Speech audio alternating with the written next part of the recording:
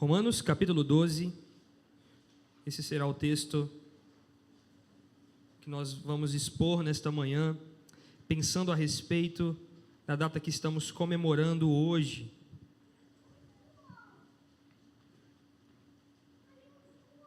Meus irmãos, todos os anos nós passamos pelo calendário pelas mesmas datas, correto? Nós nos lembramos dos nossos aniversários. Talvez você se lembre aí do seu aniversário de casamento, talvez você se lembre de uma data muito especial na sua vida ou na vida de alguém que você ama muito. Talvez você se lembre de alguma viagem que marcou a sua vida, marcou a sua história, e você sempre se lembrará dessa data de maneira especial. Mas é interessante, irmãos, que algumas datas no nosso calendário passam desapercebidas. Elas passam por nós como se fossem qualquer outro dia, um dia comum, sem significado algum. E a data que nós estamos comemorando neste domingo, mas que nós efetivamente comemoramos no dia 31 de outubro, muitas vezes é revelada a nós como um outro aspecto. Para muitos, o dia 31 de outubro é o dia que se comemora o Halloween. Mas para nós, é o dia em que comemoramos a Reforma Protestante. Neste ano, irmãos, nós estamos comemorando 507 anos da Reforma Protestante, que aconteceu em 1517, que começou em 1517. E nós, às vezes, não medimos a importância de certas datas, principalmente datas como esta, que talvez você deve pensar assim: beleza, 1517, 507 anos, aquilo que aconteceu como um marco naquele período, naquele ano, e a partir daquele ano, tem a ver com a minha vida hoje, em 2024, em Belo Horizonte, no Brasil? O que aquilo que aconteceu na Europa, no século XVI, afeta a minha vida de fato, em 2024? Mas, meus irmãos, essa data não é importante somente para nós que fazemos parte do povo de Deus. Quero chamar a sua atenção para esta data, que é importante para toda a sociedade ocidental, para todo o mundo moderno. Não só os protestantes, meus irmãos, foram beneficiados com os benefícios claros do que aconteceu no século XVI, mas toda a civilização ocidental. Será que você, meu irmão, poderia passar agora um minuto pensando quais foram os benefícios ou quais foram as verdadeiras consequências da Reforma Protestante na sua vida? Pense agora em um minuto. Quais seriam as verdadeiras consequências geradas pela Reforma Protestante e como esse evento histórico do século XVI afeta a minha e a sua vida hoje? Pense em um minuto. Meus irmãos, o período medieval foi marcado por extrema dificuldade. Não só dificuldades, vamos dizer assim, financeiras, dificuldades sociais, mas dificuldades também no âmbito espiritual e principalmente no âmbito espiritual. Nós sabemos como o mundo era classificado naquele período, onde havia de fato um domínio hegemônico de uma instituição religiosa chamada Igreja Católica Apostólica Romana, que juntamente com os governos dos que nós poderíamos chamar hoje de países, naquele período talvez reinos, domínios, estabeleciam de fato um controle repleto sobre as pessoas na sociedade naquele período. Havia um pensamento, e eu quero destacá-lo aqui nesta manhã, que podemos conhecer nos livros de história. Se você abrir no seu livro de história, se você procurar na internet, você vai encontrar com este termo, que nós poderíamos chamar aqui de dualismo medieval. Qual era o pensamento religioso da época, irmãos? O dualismo medieval dizia o seguinte: que todas as práticas, que todo estilo de vida, que não fosse a busca completa pela reclusão, sejam em monastérios, ou o serviço eclesiástico, seja fazendo parte do clero da igreja, tudo o que era fora destas duas realidades era colocado como sendo algo que Deus não se importava. Ou seja, Deus não se importava com o seu papel quando você estava no seu trabalho, Se você fosse um camponês na Idade Média, você arando o seu campo, alguns diriam: Deus não tem nada a ver com isso. Deus não está preocupado com você. Deus nem sequer vê você fazendo o que está fazendo. Você, talvez, cuidando da sua casa, isso era visto como um completo nada diante do Senhor. Porque Deus não se importa com coisas que sejam colocadas como coisas deste mundo. Essa maneira de evidenciar que uma verdadeira espiritualidade ela só era colocada diante dos sacerdotes, diante dos monges que se escondiam nos monastérios, e diante daqueles que se livraram da busca da vida comum. Era um problema muito sério de pensamento no período medieval. E isso, meus irmãos, foi popularizado até por grandes homens que nós conhecemos na história da filosofia, como Tomás de Aquino. Ele dizia o seguinte: a vida contemplativa, e aqui utilizando um termo claro que para ele significava a vida espiritual, a vida eclesiástica, ou a vida nos monastérios, ela é mais excelente do que a vida ativa. E vida ativa aqui você lê tudo aquilo que não é essas atividades eclesiásticas ou espirituais. O que isso impacta, ou impactou de fato na sociedade daquela época, impactou a nós aqui hoje, irmãos. A sociedade daquela época foi impregnada, completo, por este dualismo de pensamento. De maneira que a pessoa de Deus foi enjaulada diante da mente e do coração das pessoas mais simples. De uma maneira mais clara, irmãos, nós que vivemos uma vida comum, não nos relacionaríamos com Deus, porque nós não estávamos nos dedicando àquilo que poderíamos chamar de vida mais excelente. Pense agora como isso afetaria você hoje. Pense agora na necessidade que haveria em sua mente de um mediador que não Jesus. Talvez um sacerdote, talvez alguém que se dedicasse ativamente às vidas ou à vida espiritual. Meus irmãos, isso trouxe uma série de problemas, não só para a sociedade daquela época, mas de alguma maneira nós ainda sentimos os resquícios deste pensamento no dia moderno, nos dias em que vivemos. Quero ler para vocês um texto breve, que Joel Bick escreve em um dos seus livros, dizendo a respeito do momento da reforma e como esse pensamento foi confrontado durante aquele período. Ele diz o seguinte: a reforma confrontou essa perspectiva dualista. A doutrina da justificação somente pela fé desafiou a igreja como sendo a única mediadora e dispensadora da graça.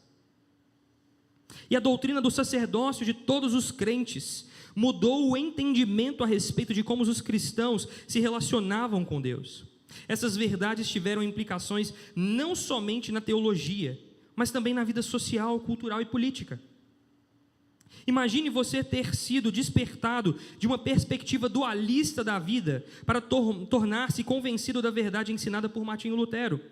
Ele diz o seguinte: não importa quão numerosas, sagradas e árduas sejam as obras dos monges e dos sacerdotes aos olhos de Deus, essas obras não são, veja bem, essas obras não são, de maneira alguma, superiores às de um lavrador que labuta no campo, ou às de uma mulher que cuida da sua casa. Esse pensamento, irmãos, é extremamente relevante.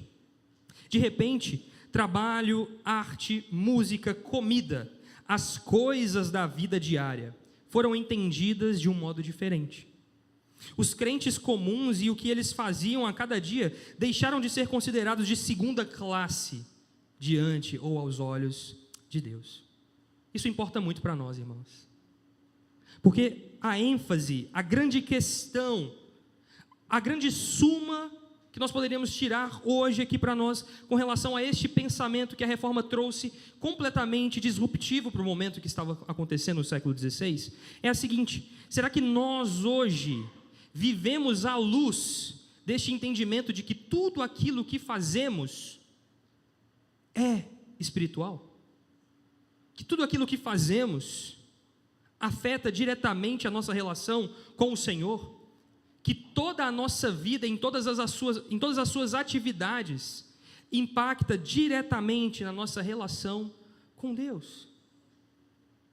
Será que nós entendemos de fato que paramos e precisamos parar de fazer certas divisões muito simplistas da vida que dizem isto é secular e isto é santo? Ou isto é profano e isto é puro? Será que nós conseguimos olhar com olhos de maturidade para a vida, entendendo que o ato de ir à academia, por exemplo, é um ato santo, espiritual e não só físico? Será que você consegue entender que você no seu dia a dia, talvez cozinhando na sua casa para os seus familiares, está fazendo algo extremamente espiritual diante de Deus? Porque esta é a consciência que os reformadores trouxeram em seu tempo, meus irmãos, aquilo que está escrito muitos e muitos séculos anteriormente, pelo apóstolo Paulo em 1 Coríntios, capítulo 10, verso 31. Portanto, se vocês comem ou bebem, ou fazem qualquer outra coisa, façam tudo para a glória de Deus. O que os reformadores trouxeram e colocaram no alto, meus irmãos, é que toda a existência humana, toda a minha e a sua existência, todo o meu propósito e o seu propósito de vida, deve ser glorificar o Deus vivo. Deve ser exaltar e render glórias a Deus em tudo o que estamos fazendo. Será que você e eu hoje, irmãos, olhamos para essa perspectiva que nós poderíamos chamar aqui de perspectiva reformada da vida, entendendo que de fato nós vivemos uma vida reformada? Ou será que nós ainda estamos presos ao mesmo pensamento dualista, ao mesmo pensamento que aprisionava as pessoas no século XVI? Isso importa muito, irmãos. As consequências e implicações disso são grandiosas, seja para o bem ou para o mal na sua vida. Isso significa até mesmo que todas as suas ações estão sendo realizadas diante de Deus. E se o nosso coração ou as nossas ações apontam para algo distante da pessoa de Deus e da sua vontade, logo, nós ainda estamos fazendo o que estamos fazendo diante de Deus. Logo, você ainda está pecando ou fugindo de Deus, mas você não consegue se esconder dele. Mas se a nossa vida de fato é vivida para a glória de Deus, aí sim, nós poderíamos dizer que temos uma vida reformada. É sobre isso que eu quero pensar com vocês nessa manhã, mais especificamente no texto de Romanos, capítulo 12. Vamos ler os versos 1 e 2. Diz assim a palavra do Senhor: Portanto, irmãos, pelas misericórdias de Deus, peço que ofereçam o seu corpo como sacrifício vivo, santo e agradável a Deus. Este é o culto racional de vocês. E não vivam conforme os padrões deste mundo, mas deixem que Deus os transforme pela renovação da mente, para que possam experimentar qual é a boa, agradável e perfeita vontade de Deus. Vamos orar mais uma vez, irmãos. Santo Deus e eterno Pai, pedimos a Ti, Senhor, a Tua iluminação segundo as Escrituras. Santo Espírito, conduza-nos pelas mãos, de maneiras que contemplemos, Senhor, a preciosidade, a glória revelada do Senhor a partir das Escrituras. Que os meus irmãos e irmãs nesta manhã não sejam tirados da sua atenção para aquilo que devem prestar. Que o Senhor possa fazer com que os nossos corações e mentes sejam terras férteis para receber a Tua palavra, e que Satanás seja repreendido na autoridade que há em nome de Jesus, para que não roube as sementes lançadas. Que isso gere frutos em nossos corações, para que possamos conhecê-lo melhor, ó Pai, e que assim sejamos transformados pela Tua palavra. É a nossa oração em nome de Jesus. Amém. Amém. Meus irmãos, nós nos aproximamos então de um pequeno trecho de uma carta bastante conhecida do apóstolo Paulo. O contexto geral desta carta, para que vocês tenham um breve entendimento de onde estamos aqui no capítulo 12, Paulo escreve esta carta aos irmãos de Roma com um objetivo claro, meus irmãos. Paulo pretendia partir de Roma, ao conhecer aqueles irmãos ao qual o apóstolo Paulo não conhecia ainda, Aquela igreja não havia sido plantada, não encontramos indícios claros nas Escrituras, e nem mesmo fora dela, de que o apóstolo Paulo foi o grande plantador da igreja de Roma. Provavelmente, os romanos que saíram, ou os judeus que saíram de Jerusalém após Pentecostes, foram os grandes, usados por Deus para plantar a igreja em Roma, na capital do império. Paulo, certamente, assim como todos os outros apóstolos, ouviu as boas notícias vindas da capital do império, dizendo que havia ali um povo que amava ao Senhor verdadeiramente, mas o apóstolo Paulo não os conhecia. Por isso, Paulo escreve a carta aos romanos, de maneira a se apresentar àqueles irmãos, e de maneira a apresentar àqueles irmãos o propósito de Deus que o apóstolo Paulo tinha colocado diante deles. Por isso, meus irmãos, se você ir ao capítulo 1, da carta aos Romanos, você verá que a introdução de Paulo é um pouco mais extensa. Paulo se delonga um pouco mais, se apresentando para aqueles que não o conheciam pessoalmente. Paulo expõe exatamente os seus pensamentos a respeito do Evangelho. É por isso que esta carta, que respondia de fato questionamentos e pontos daquela comunidade, afeta diretamente a vida de todos os crentes. Porque aqui Paulo faz uma grande exposição. Se você ler os capítulos 1 ao capítulo 11, você verá uma grande exposição bíblica feita a respeito dos planos e propósitos de Deus para a salvação de todos, aqueles a quem ele havia chamado.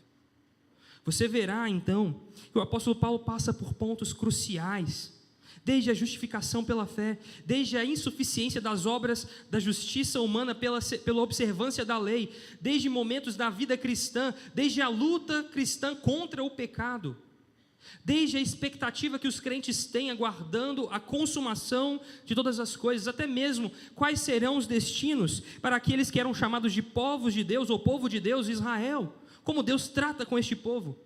E o capítulo 11, meus irmãos, termina de uma forma muito maravilhosa, onde o apóstolo Paulo apresenta o seu louvor diante da preciosidade, da sabedoria, da glória de Deus revelada no Evangelho, quando ele diz: ó profundidade da riqueza, do conhecimento e do saber de Deus. Quem foi que aconselhou a Deus? Quem foi que deu a ele instruções? Mas Deus mesmo fez tudo o que fez para a sua própria glória.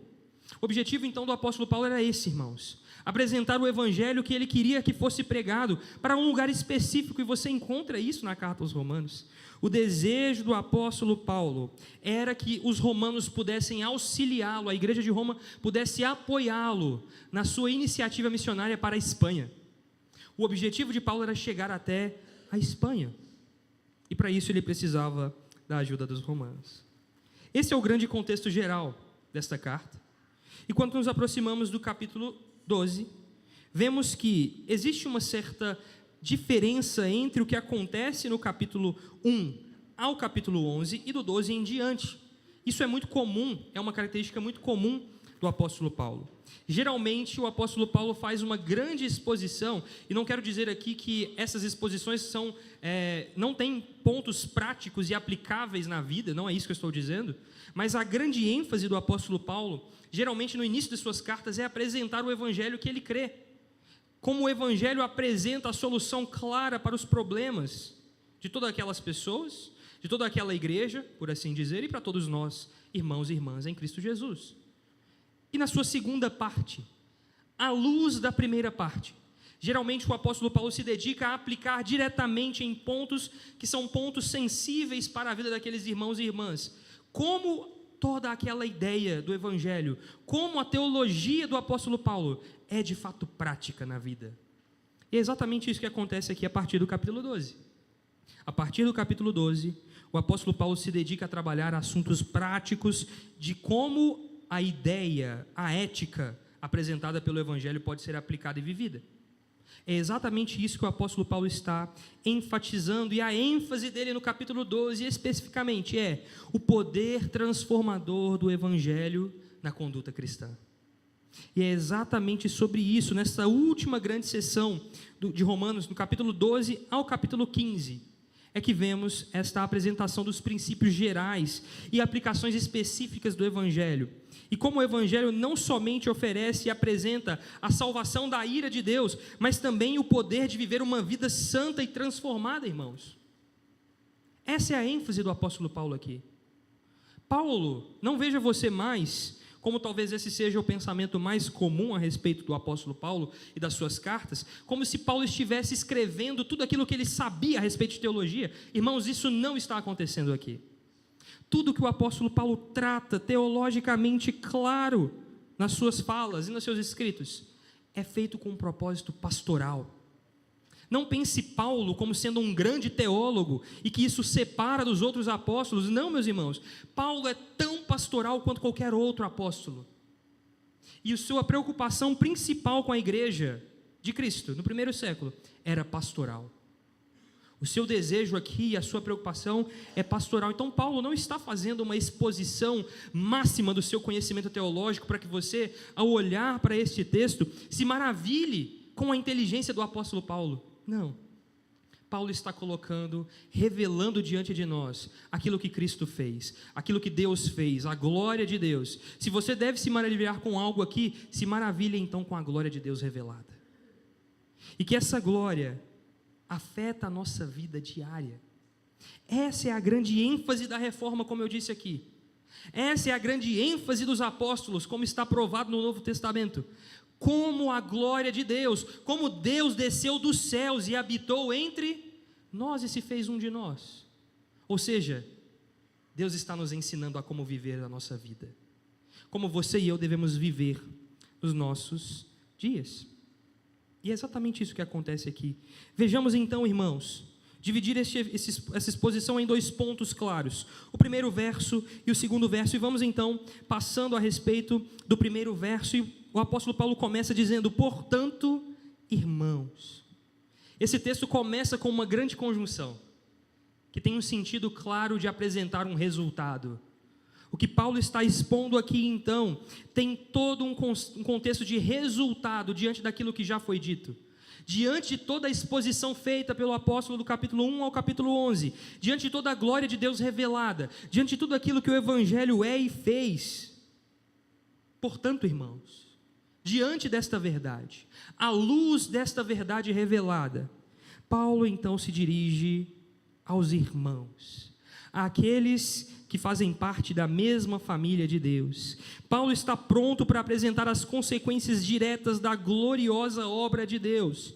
E essa obra que salvou pecadores do poder do pecado, libertou-os da falsa justiça baseada em obras, resgatou-os de todo tipo de engano, de doutrinas malignas e errôneas, de uma vida não guiada pelo Espírito de Deus, de uma vida entregue à devassidão, a uma consciência torpe. Esta palavra é utilizada pelo apóstolo Paulo em Romanos capítulo 1, verso 28, dizendo que Deus entregou aqueles que estavam em pecado, para que a sua consciência se deturpasse, e para que eles continuassem se degradando entre si.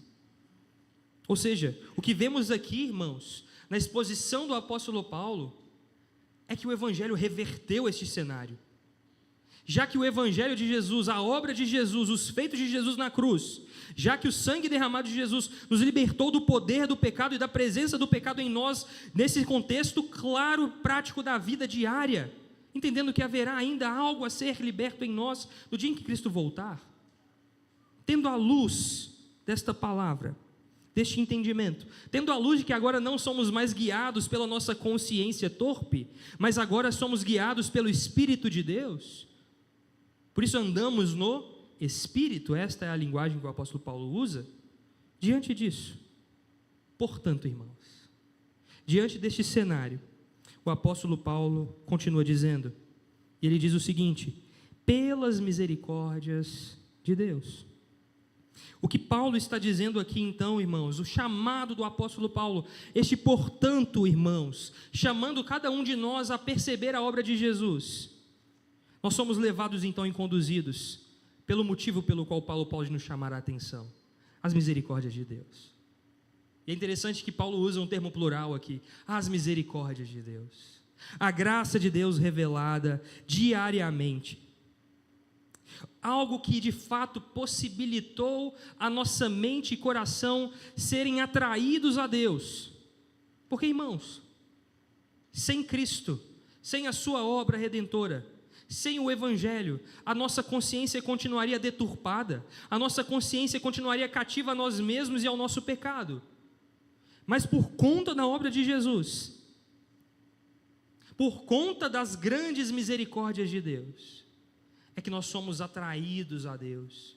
E é por isso que o chamado do apóstolo Paulo aqui é por conta das grandes misericórdias de Deus. Esta ação de prestar atenção e ouvi-lo agora só pode ser possível por conta das misericórdias de Deus reveladas a nós, da graça de Deus revelada a nós, da obra de Jesus Cristo, da obra da cruz que nos coloca diante da graça divina, e essa graça que constrange completamente o coração do pecador, uma vez agora com os olhos abertos, pelas misericórdias de Deus, nós podemos ouvir. John Stott diz o seguinte, irmãos: não há maior incentivo à vida santa do que contemplar a misericórdia de Deus. É exatamente o que Paulo está fazendo aqui. Contemplem as misericórdias de Deus, contemplem a obra de Jesus na cruz por vocês, irmãos. Diante desta exposição, ao contemplarem a glória de Deus, assim nós poderíamos dirigir a nossa vida a uma conduta correta, a um pensamento correto. E ele continua dizendo o seguinte: peço que ofereçam o seu corpo como sacrifício vivo, santo e agradável a Deus. Este é o culto racional de vocês. Paulo então expressa que pelas misericórdias de Deus que possibilitaram este momento, estas misericórdias, esta ação de Deus em salvar, demanda uma resposta. A ação salvífica de Deus sobre nós, irmãos, demanda uma resposta nossa. É impossível contemplar as misericórdias de Deus e ficar absolutamente da mesma maneira. É impossível ter os olhos abertos e não ser compelido pelo Espírito de Deus a responder ao chamado deste Deus. E é exatamente isso que o apóstolo Paulo está dizendo. Diante dessas misericórdias que possibilitaram e comandam uma resposta nossa, Paulo então exige. E este termo é importante: exige. Porque a palavrinha no grego, quando é traduzida aqui para o português como peço, talvez é algo muito mais profundo e mais forte do que pedir. Paulo está urgindo a igreja, Paulo está comandando aquele povo, Paulo está direcionando uma ordem que vem não de Paulo, mas de Deus, aos irmãos. Ou seja, não é algo opcional, irmãos. Não é um pedido calmo e tranquilo, como se isso fosse ser feito por nós, aos nossos passos, à nossa vontade, ao nosso ritmo. Não, o chamado aqui é claro, a exigência é clara. O sentido da palavra grega para peço é claramente exortativo, corretivo e certamente mandatório. Não é uma possibilidade para que a gente faça algo diferente disso. Portanto, este pedido, esta ordem de Deus através do apóstolo Paulo é para que nós ofereçamos o nosso corpo como sacrifício vivo, santo e agradável a Deus. A orientação é clara, irmãos: oferecermos os nossos corpos. E aqui, o sentido claro da palavra corpo é exatamente este. Não pense você que estamos tratando aqui de uma consciência mística. Não, o que o apóstolo Paulo está deixando claro para nós é que nós devemos oferecer o quê? Os nossos corpos efetivamente. Isso significa que não só os nossos braços, pernas, coração, mente, tudo o que somos fisicamente, mas tudo aquilo que compõe a essência humana, assim também como a nossa mente, o nosso espírito, ou seja, toda a plenitude do que é ser humano, toda a plenitude da existência humana é chamada para ser oferecida a Deus, é comandada para ser oferecida a Deus. Mas de que maneira? Esse oferecimento é de que forma? Paulo deixa claro: como sacrifício. É interessante, Paulo usa aqui termos claros e sacerdotais do Antigo Testamento, entendimento claro de Levítico aqui, meu irmão e irmã. A apresentação de um sacrifício, de uma oferta disponível em um altar. Lembre então aquela imagem clara que nós passamos aqui ao longo de todos os nossos estudos sobre o Pentateuco, de uma oferta sendo apresentada diante do altar de Deus para ser queimada, e essa oferta era apresentada a Deus como um aroma suave. Lembra desta figura do Antigo Testamento? É exatamente isso que Paulo tem em mente. Nossos corpos devem ser oferecidos a Deus, nossa essência deve ser oferecida a Deus como disponível em um altar, e isso não é um conceito meramente espiritual, mas prático e físico. Um sacrifício vivo, à luz da nova vida que recebemos. Aqui, meus irmãos, diferente do contexto levítico, onde as ofertas eram oferecidas a Deus para pagar os nossos pecados, para ocultar os pecados do povo diante de Deus, nós já temos uma oferta oferecida derradeiramente pelos nossos pecados, feita pelo Senhor Jesus, que se apresentou, que entregou a si mesmo, para que nós não precisássemos pagar os nossos pecados. A oferta de Cristo então é suficiente, mas agora o chamado para os crentes, para a igreja, para se oferecerem a Deus como sacrifício, não é um sacrifício mais para ser morto, mas um sacrifício vivo, à luz clara da nova vida recebida em Jesus. Este sacrifício vivo deveria ser santo.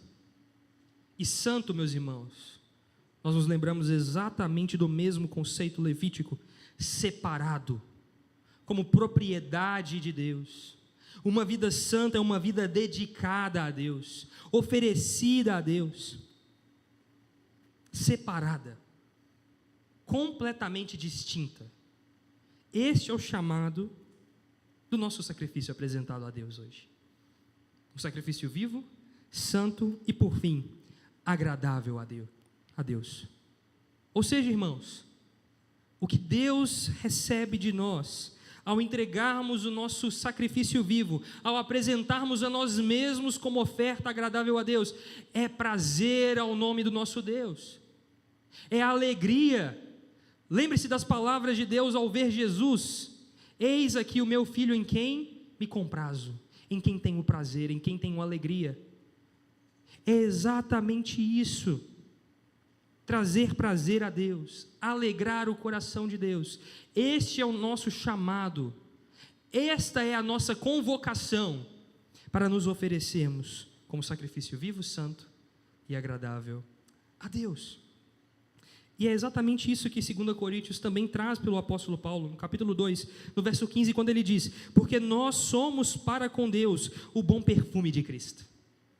Ou seja, aos olhos do nosso Deus, a percepção de Deus, as nossas vidas que foram santificadas pela obra de Cristo na cruz, somos oferecidos a Deus como um bom perfume, como um aroma suave e agradável. E esse bom perfume de Cristo está sendo revelado tanto entre os que estão sendo salvos, quanto entre aqueles que estão se perdendo. Percebe a dupla aplicação desta verdade em nossas vidas, irmãos? Ou seja, é exatamente isso que deveremos oferecer a Deus, a nossa vida completa. Esta é a ênfase dos reformadores, esta é a ênfase das Escrituras, irmãos. Nós devemos nos oferecer a Deus.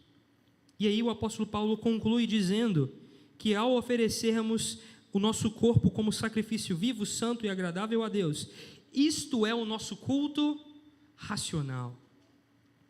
É interessante que, ao traduzirmos aqui racional, nós logo pensamos para o nosso contexto claro e moderno, de que estamos falando de algo que pode ser destrinchado logicamente ou entendido sistematicamente, como se fosse uma matemática, como se fosse algo que eu pudesse ver, assim como eu vejo a física acontecendo aos meus olhos, diante dos meus olhos no mundo.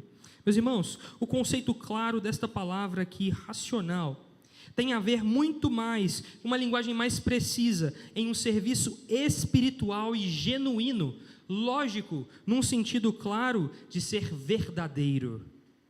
Ou seja, poderíamos ler aqui como o nosso culto verdadeiro e espiritual diante de Deus.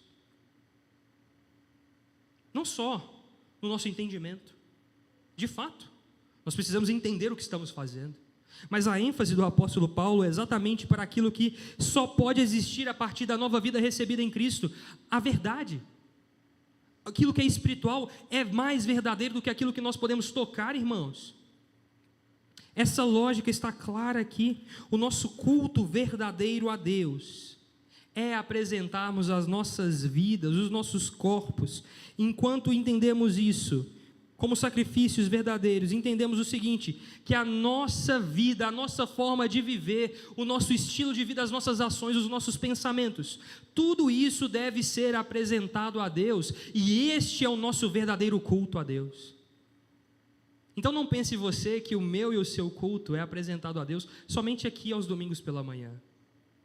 Entenda que a nossa vida deve ser um culto verdadeiro ao Deus que nos salvou. Pense então que você no seu trabalho deve cultuar a Deus.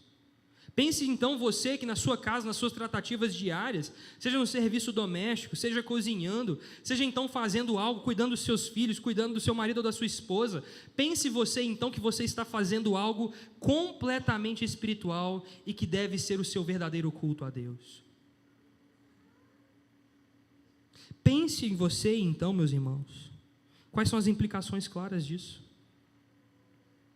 Apresentai-vos como sacrifício oferecido a Deus, se realmente entendemos ou precisamos cultuá-lo, porque este é o nosso modo correto de servir a Deus.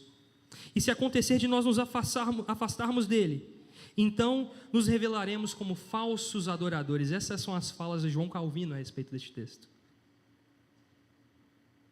Se nós efetivamente não entendermos que a nossa vida inteira, que a nossa vida toda deve ser um culto verdadeiro a Deus, nós nos tornamos falsos adoradores.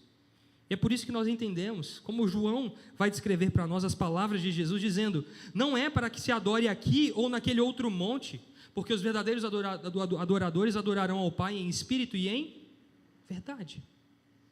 Irmãos, nossa adoração, o nosso verdadeiro culto, não está mais preso a um lugar geográfico, a uma hora específica. Toda a nossa vida, então, deve ser agradável a Deus. A nossa vida, então, sob a perspectiva reformada, é e deve ser entendida como um verdadeiro culto de serviço a Deus. Portanto, tudo o que pensamos deve ser separado para Deus como uma oferta genuína a Ele. E isso é verdadeiro, isso é completamente espiritual, isto é, racional. Isso é o que devemos fazer. Não há para nós nenhum outro tipo de pensamento distante desse. E por isso nós poderíamos aplicar isso em vários aspectos da nossa vida. Primeiro, podemos aplicar esta verdade entendendo que todos nós fomos feitos, constituídos como sacerdotes diante de Deus. Não estamos mais passando por uma mediação das figuras sacerdotais para o povo, não, meus irmãos, todos nós fomos feitos sacerdotes diante de Deus. Em Cristo, nós recebemos algo superior, irmãos, algo mais valioso, quando Ele mesmo se oferece em nosso lugar, como Ele mesmo se coloca como sumo sacerdote, oferecendo a Deus a nossa oferta. Permite então, para que nós, que fomos adotados, fomos colocados como filhos, nos tornamos povo de Deus, numa nação de sacerdotes, agora nós temos paz com Deus. Agora nós temos paz com Deus e por isso podemos orar Pai Nosso. Por isso podemos clamar ao nosso Senhor, Salvador e Pai. Entendendo claramente que não há mais nenhum outro mediador senão um só, Jesus Cristo, o nosso Senhor. E por isso todos nós fomos feitos, constituídos, sacerdotes diante de Deus. Por isso você deve orar, meu irmão. Não pense que as orações dos pastores ou dos líderes têm mais poder diante de Deus do que as suas. Não, não mesmo. Não pense que os seus atos são menos espirituais que os atos dos pastores ou líderes. Não. Mas entenda também as implicações diretas das responsabilidades que caem também sobre os pastores e também sobre vocês. Somos constituídos em Cristo Jesus verdadeiramente como sacerdotes, entendendo que nós nos apresentamos diante de Deus. Uma segunda aplicação clara para isso, que já está mais claro do que nunca diante dos nossos olhos, é que estamos diante de Deus. Diante de Deus, todas as coisas da nossa vida são feitas diante de Deus. Aqueles que pertencem de fato a Deus se tornam verdadeiros sacrifícios de aroma agradável. Tudo o que fazem deve ser para o louvor e para a glória de Deus, do seu Senhor e Salvador. Estamos expressando não só a salvação que nos alcançou, mas o senhorio de Cristo em nossas vidas, irmãos. A extensão do domínio de Deus sobre nós deve nos lembrar diariamente que estamos diante dele. Ou seja, tudo o que você faz, absolutamente tudo, está sendo feito diante de Deus. Não pense você que quando você está no seu quarto, quando você está sozinho, você está efetivamente sozinho, pois os olhos do Senhor estão sobre todos nós. Nada podemos fazer em oculto que não está claro diante de Deus. Isso deve trazer ao nosso coração temor. Você deve encher o seu coração de temor de Deus, porque Deus vê absolutamente tudo, porque tudo o que fazemos, fazemos diante dele. Mas segundo, assombro, por conta da santidade de Deus, porque Deus é santo e o chamado de Deus é para que sejamos santos como Ele verdadeiramente é. Os puros de coração verão a Deus, segundo as palavras de Jesus. Mas mais do que isso, também deve trazer a nós alegria e amor. Sabe por quê, irmãos? Nos apresentamos diante de Deus e contemplamos a sua graça e o seu favor sobre nós diariamente. Mas não se esqueça, tudo o que nós fazemos, como nós já lemos aqui, 1 Coríntios 10, 31, se comerem ou beberem, qualquer coisa que fizerem, façam tudo para a glória de Deus. Segundo ponto, irmãos, para que nós já possamos orar. Uma vida reformada é de fato se conformar à vontade de Deus. E o apóstolo Paulo continua no verso 2 dizendo, diante de tudo aquilo que ele expôs no primeiro verso, com essas palavras gloriosas, ele diz, e não vivam conforme os padrões deste mundo. Paulo então enfatiza aqui algo importante para nós. Ele usa uma palavrinha que significa se conformar ou ser moldado. Assim como a gente coloca um bolo, uma massa de bolo em uma forma, para que ele adquira aquela forma ao ser assado, da mesma maneira, nós não podemos ser colocados e conformados à imagem, à realidade, ao contexto, aos padrões deste século, deste mundo. O apóstolo Paulo então está dizendo claramente, você e eu não podemos nos conformar, nos dar a forma deste mundo. E a palavra mundo aqui, a palavra era, ela está ativamente apontando, irmãos, para o conceito de pensamento, para a ideia de vida, como todos aqueles que estão distantes de Deus, vivem e pensam. Exatamente apontando para aquilo que é pregado num contexto fora e distante da presença de Deus, como se pensam. Meus irmãos, a palavra do apóstolo João é clara, o mundo jaz do maligno. E esta é uma verdade clara. Satanás, não pense você, meu irmão, que Satanás não está dominando o contexto, o conceito, o entendimento das pessoas que estão distantes de Deus. Ele está. A própria palavra de Deus nos diz que ele cega o entendimento deles, para que não vejam a luz do Evangelho. Não pense você então, meus irmãos, que o mundo está em uma posição de neutralidade na vida. Não existe neutralidade diante de Deus. Ou fazemos a vontade de Deus, ou faremos a vontade de outro. Não existe uma outra opção aqui.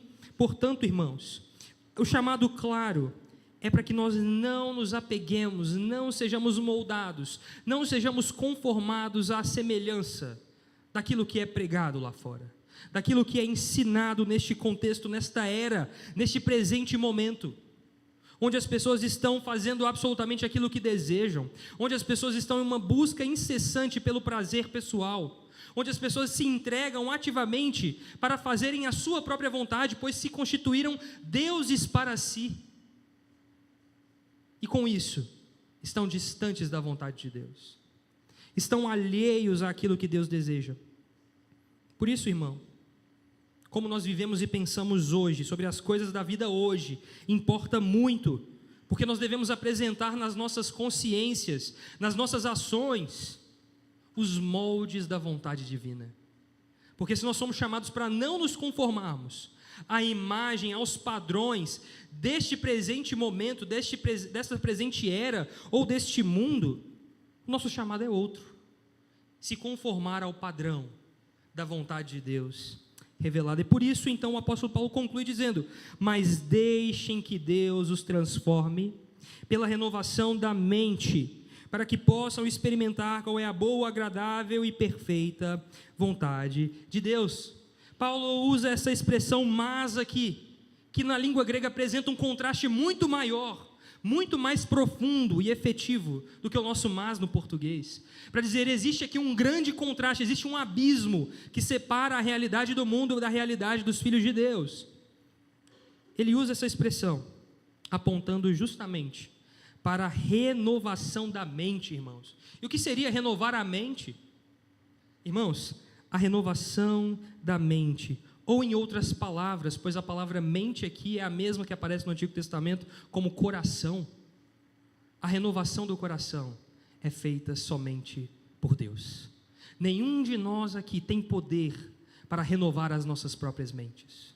Nenhum de nós aqui tem poder para arrancar os nossos corações e colocar outro coração no lugar. Ou seja, a submissão diante do padrão de Deus deve ser feita de maneira completa, porque a transformação pela renovação da mente só pode vir diante da renovação ou da regeneração do Espírito de Deus no coração de pecadores. E o que é regeneração, meus irmãos? É um momento onde o Espírito de Deus desvenda diante dos nossos olhos a palavra, e quando contemplamos a palavra, ouvimos e vemos o Cristo, e ali encontramos a nossa salvação. Esse é o ato de conversão. Esse é o ato que muda todas as coisas, que renova todas as coisas, que transforma todas as coisas. Ou seja, nós precisamos nos submeter diante de Deus, entendendo aquilo que Ele mesmo fez por nós. Se eu e você estamos aqui hoje, neste domingo, ouvindo esta palavra, entendendo que Deus nos chama de filhos agora, e de fato o Espírito Santo confirma em nossos corações que somos filhos de Deus, se isso é verdade, nós tivemos então a nossa mente, o nosso coração renovado. E isso nos possibilita, meus irmãos, experimentar a boa, perfeita e agradável vontade de Deus. É exatamente isso que Deus está fazendo em nós. Se e somente se passamos pelo glorioso processo da regeneração, recebemos um novo coração e uma nova mente, capaz de compreender, capaz de enxergar, capaz de realizar a vontade de Deus, que é boa, perfeita e agradável, e que gera frutos perfeitos, e é prazerosa inteiramente a vida daqueles que são feitos à imagem de Deus. Porque a vontade de Deus é esta, meus irmãos. A vontade de Deus aqui, que o apóstolo Paulo fala, não está encoberta diante dos olhos dos crentes, não. A vontade de Deus para mim e para a sua vida é que sejamos conformados à imagem de Jesus Cristo. Que o meu coração e o seu coração sejam um coração de Jesus. Por isso nós precisamos entender o seguinte aqui: nós não estamos vivendo os nossos dias, nós não deveríamos viver a nossa vida buscando aceitação social. Você não deve buscar se misturar entre os padrões da sociedade. Não me entenda mal, meus irmãos, eu não estou dizendo a você que você se separará e nunca mais conviverá com aquelas pessoas que não conhecem a Deus ainda. Não, mas entenda, pare de desejar em seu coração ser aceito por estes padrões e temáticas, pois você não cabe naquele lugar. Isso é uma verdade. Nós não cabemos dentro do conceito do que é a vontade boa, perfeita e agradável do mundo. Os crentes não cabem mais em um conceito onde eles serão socialmente aceitos e se conformarão àquilo que está sendo apresentado diante deles. Não, meus irmãos. Não seja conformado à imagem deste século. Seja conformado, mais uma vez, à imagem de Cristo Jesus, que esteve no mundo, mas não pertencia ao mundo. Essas são as palavras para nós nessa manhã. Quais têm sido os pensamentos que passam aí pelo seu coração agora? Quais têm sido as suas convicções? Quais crenças você tem alimentado e você tem carregado que pertencem à antiga natureza? Que pertencem à velha natureza humana? à velha mente, a qual nós éramos conformados antes de Cristo Jesus, parar a nossa vida no meio do caminho e transformá-la completamente? Porque assim como eu, meus irmãos, eu tenho certeza que você ainda carrega pensamentos, convicções, crenças contrárias à vontade de Deus. Por isso o seu clamor e o meu clamor nesta manhã deve ser: Senhor, continua a renovar e transformar a minha mente. É interessante que, embora esse termo utilizado da renovação da mente, pelo apóstolo Paulo, aponta claramente para aquele momento ápice, onde o Espírito Santo transforma e regenera o coração, não para aqui. O termo utilizado, o tempo verbal utilizado e empregado pelo apóstolo Paulo, apresenta para nós uma clareza de que esta é uma ação que aconteceu em um momento específico, mas que continuará acontecendo diariamente por um tempo indeterminado. Ou seja, irmãos, todos os dias você deve parar e analisar o seu coração. Quais são as crenças, valores, pensamentos que você tem nutrido que não pertencem à nova realidade, que não pertencem à nova natureza, que não vêm do coração de Cristo Jesus? Quais são? Isso nos leva a um outro ponto. Por conta desta palavra, irmãos, por conta desta verdade, nós somos chamados a uma luta efetiva contra o pecado. E é por isso, nas palavras do apóstolo Paulo em Romanos, capítulo 6, ele diz o seguinte: também não ofereçam os membros do corpo ao pecado, como instrumentos de injustiça, mas como pessoas que passaram da morte para a vida. Ofereçam a si mesmos a Deus, e ofereçam seus membros a Deus, como instrumentos de justiça, porque o pecado não terá domínio sobre vocês, pois vocês não estão debaixo da lei, e sim da graça. As nossas vidas, meus irmãos, não estão mais presas, acorrentadas ao pecado. Por isso, a verdadeira vida, a verdadeira presença de Deus em nós, nos transforma a tal ponto de que nós somos libertos do poder do pecado. Como está a minha e a sua luta contra o pecado? Será que nós estamos enfrentando exatamente aquilo que deveríamos entender como sendo uma verdadeira luta, uma batalha clara, lutando contra os padrões do nosso coração? Ou será que nós nos entregamos ao pecado? Ou será que nós nos rendemos à nossa consciência e mente fracas, que estão distantes do poder de Cristo, para satisfazer as nossas vontades? Como está a sua vida de santificação, meu irmão?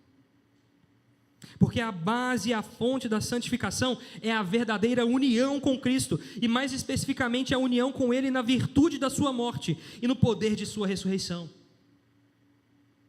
Entendendo que Cristo morreu, eu também morri para os meus pecados, para a minha antiga natureza.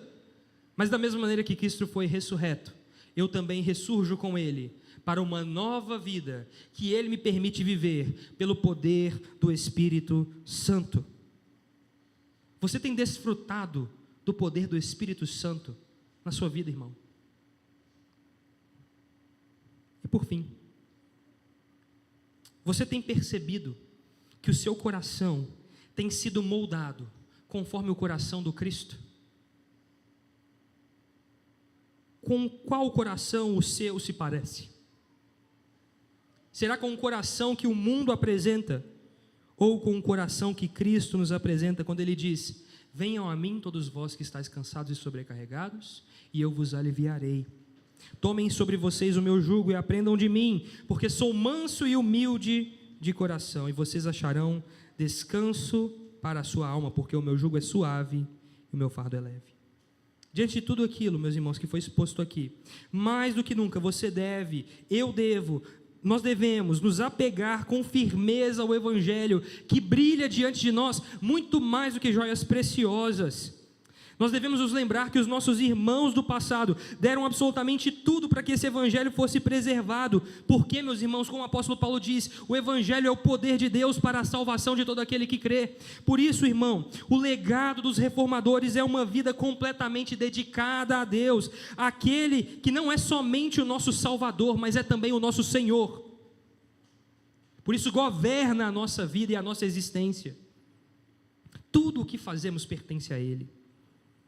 Por isso, um grande teólogo, disse: Abraham Kuyper diz o seguinte: não há 1 centímetro quadrado em todo o domínio da existência humana sobre a qual Cristo, que é soberano de todos, não possa gritar: é meu. Tudo pertence a Jesus Cristo. Por isso, irmãos, vivamos a nossa vida de maneira digna da vocação que recebemos.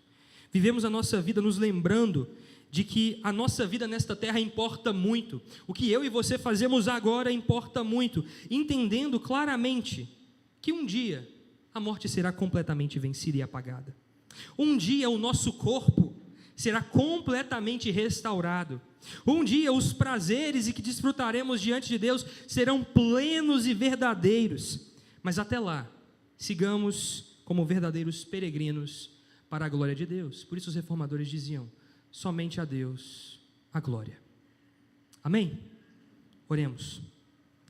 Graças te damos, ó Pai, pela tua bondade, pela tua misericórdia e fidelidade, Deus. Que o Senhor nos ajude a permanecermos fiéis, Senhor, e termos de fato uma vida reformada, uma vida transformada pela sua palavra e pela obra de Jesus Cristo. Desvenda diante dos nossos olhos, Senhor, dos meus olhos, dos olhos dos meus irmãos aqui nesta manhã, a glória do Evangelho revelada nas Escrituras. Para que à medida que eles leem a tua palavra, Senhor, à medida que eles veem a transformação que o Senhor aplica em nós, os nossos irmãos, eles contemplem a tua glória entre nós, mais real do que aquilo que podemos tocar, mais vívido do que as cores que podemos ver. Que o Senhor descortine os nossos corações diante da tua presença, para que a nossa vida seja feita de fato, vivida, corandel, diante do Senhor. Nos ajude, ó Deus, a vivermos uma vida digna da vocação que nós recebemos. Ajuda os meus irmãos e irmãs que estão na luta diária contra os seus pecados. Fortalece, Senhor, as mãos vacilantes, os joelhos cansados. Que o Senhor possa manifestar a tua graça através de irmãos e irmãs que serão auxílio e socorro bem presente. E mais do que isso, ó Pai, renova o nosso coração hoje, não só também amanhã, mas todos os dias da nossa vida enquanto vivermos aqui, até mesmo aguardando, Senhor, o teu retorno, ou até mesmo nós irmos nos encontrar contigo, Pai, para a nova vida que o Senhor nos deu plenamente hoje.